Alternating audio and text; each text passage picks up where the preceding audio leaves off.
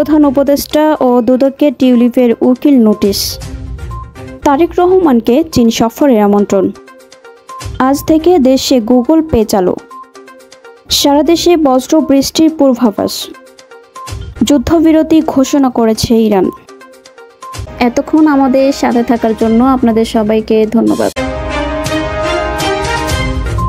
প্রধান উপদেষ্টা ডক্টর মোহাম্মদ ইউনূস ও দুর্নীতি দমন কমিশনের দুদক নামে উকিল নোটিশ পাঠিয়েছেন যুক্তরাজ্যের সাবেক প্রতিমন্ত্রী টিউলিপ সিদ্দিক। নোটিশে তিনি ব্রিটিশ রাজনীতিতে হস্তক্ষেপের চেষ্টা ও তার সুনাম নষ্ট করার জন্য পরিকল্পিত প্রচারণা চালানোর অভিযোগ তুলেছেন। ব্রিটিশ সংবাদ মাধ্যম স্কাই নিউজ সোমবার 23 জুন এক প্রতিবেদনে এ তথ্য জানিয়েছে। ডক্টর ইউনূস ও দুদক বরাবর টিউলিপের পাঠানো উকিল নোটিশে বলা হয়েছে, তার টিউলিপ সুনাম ক্ষুণ্ণ করাই ডক্টর ইউনূস ও দুদকের প্রধান উদ্দেশ্য। সেই সঙ্গে যুক্তরাজ্যের রাজনীতিতে হস্তক্ষেপ করা, বিশেষ করে টিউলিপের নিজ নির্বাচনী এলাকা, তার রাজনৈতিক দল এবং দেশ সেবার কাজে বিঘ্ন ঘটাতে তারা এসব অভিযোগ তুলেছেন, যা কোনোভাবেই গ্রহণযোগ্য নয়।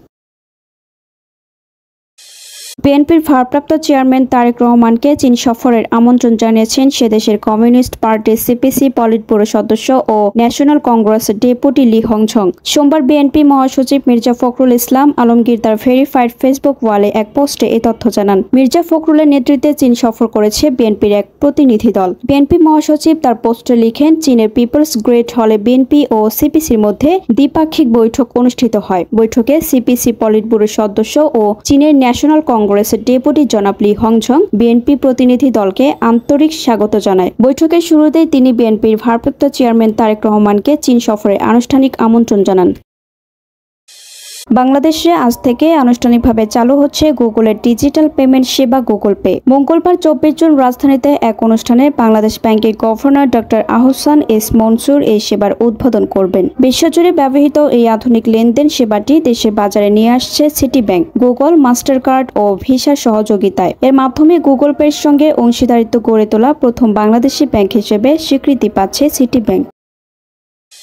আগামী 24 ঘন্টার মধ্যে সারা দেশে বজ্রবৃষ্টি হতে পারে বলে জানিয়েছে বাংলাদেশ আবহাওয়া অধিদপ্তর। সে সঙ্গে দেশের বিভিন্ন জায়গায় মাঝারি ধরনের ভারী থেকে অতি ভারী বৃষ্টি হতে পারে বলেও জানিয়েছে সংস্থাটি। এতে বলা হয়, মঙ্গলবার সন্ধ্যা 6টার মধ্যে রংপুর, ময়মনসিংহ, চট্টগ্রাম ও সিলেট বিভাগের অধিকাংশ জায়গায় এবং রাজশাহী, ঢাকা, খুলনা ও বরিশাল বিভাগের অনেক জায়গায় অস্থায়ীভাবে দমকা হওয়া সহ হালকা থেকে মাঝারি ধরনের বৃষ্টি অথবা বজ্রবৃষ্টি হতে পারে। সে সঙ্গে দেশের কোথাও কোথাও মাঝারি ধরনের ভারী থেকে অতি ভারী বৃষ্টি হতে পারে। এছাড়া সারা দেশে দিনের তাপমাত্রা সামান্য কমতে পারে এবং রাতের তাপমাত্রা প্রায় অপরিবর্তিত থাকতে পারে।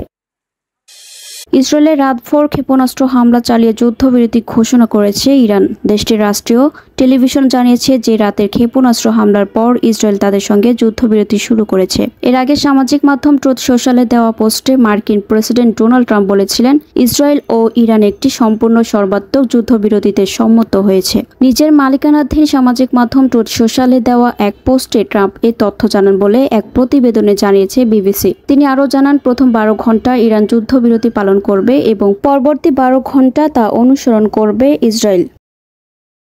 এতক্ষণ আমাদের সাথে থাকার জন্য আপনাদের সবাইকে ধন্যবাদ। পরবর্তী সংবাদ দেখার জন্য আমন্ত্রণ এবং সাবস্ক্রাইব করে বার্ড নিউজের পাশে থাকুন।